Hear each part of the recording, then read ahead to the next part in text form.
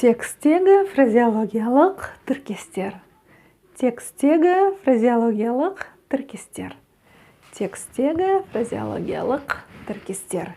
Вот такое вот задание я нашла в учебнике по казахскому языку. Ну и, собственно, решила, что вам нужно научиться его читать. Привет, дорогой друг! Сегодня с тобой снова я, Юля. И это наш с тобой канал «Прочитаем» с Юлией Левченко. Итак, поехали. Текстегі фразеологиялық тіркестер. Разбираем первое слово. Все как обычно, делим по слогам. И слоги у нас делятся так, как нравится нам, а не кому-то. Главное в итоге получить результат. Текстегі. И здесь нам нужно самое главное научиться читать букву О, ну или ту самую палочку с точкой. Теперь смотри. Делаем легкую полуулыбку. И кончиком языка упираемся в нижние зубы. И произносим букву О. Прям упираемся.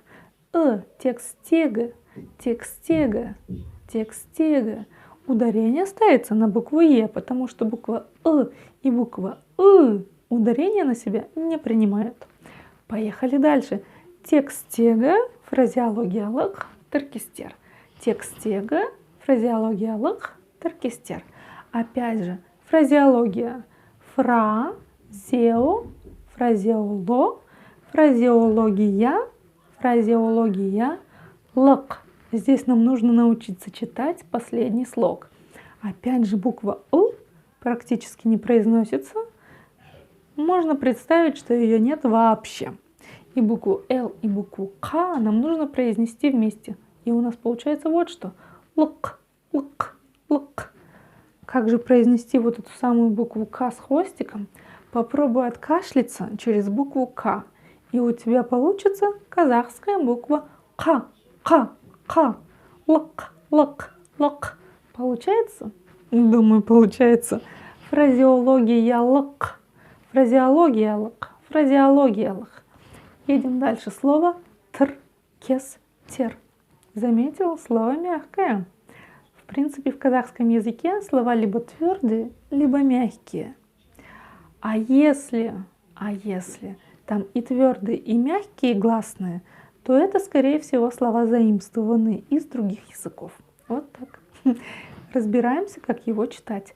Тіркестер. Буква опять-таки же практически не произносится. Ну, чуток ее 10% мы все-таки попробуем произнести. Опять же, кончиком языка упираемся в нижние зубки и делаем легкую полуулыбку. Тіркестер. Текстегі фразеологиялық тіркестер. Текстегі фразеологиялық тіркестер. Вот так легко и просто ты научился читать новую фразу. Ну а скоро нас ждут большие упражнения и большие тексты. Пока-пока. Делись с друзьями или лучше с врагами. Пусть и они тоже научатся читать по-казахски. Пока-пока.